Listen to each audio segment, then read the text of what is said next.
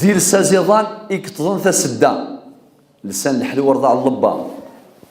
أنا عاميه زيد ربي سبحانه كي قال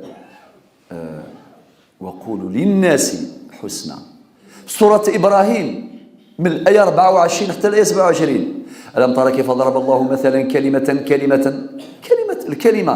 الكلمة تبني وتهدم، الكلمة تجيب الفتنة تجيب الأمن والأمان، الكلمة تفرق وتجمع، الكلمة تمرض. الآن العلماء المعاصرون يقول لك نعم الكلمة دمار أو عمار. ممكن واحد يقول كلمة يدمرك، كلمة برك. ممكن يقول كلمة تريحك وتعطيك واحد الراحة، أليس كذلك؟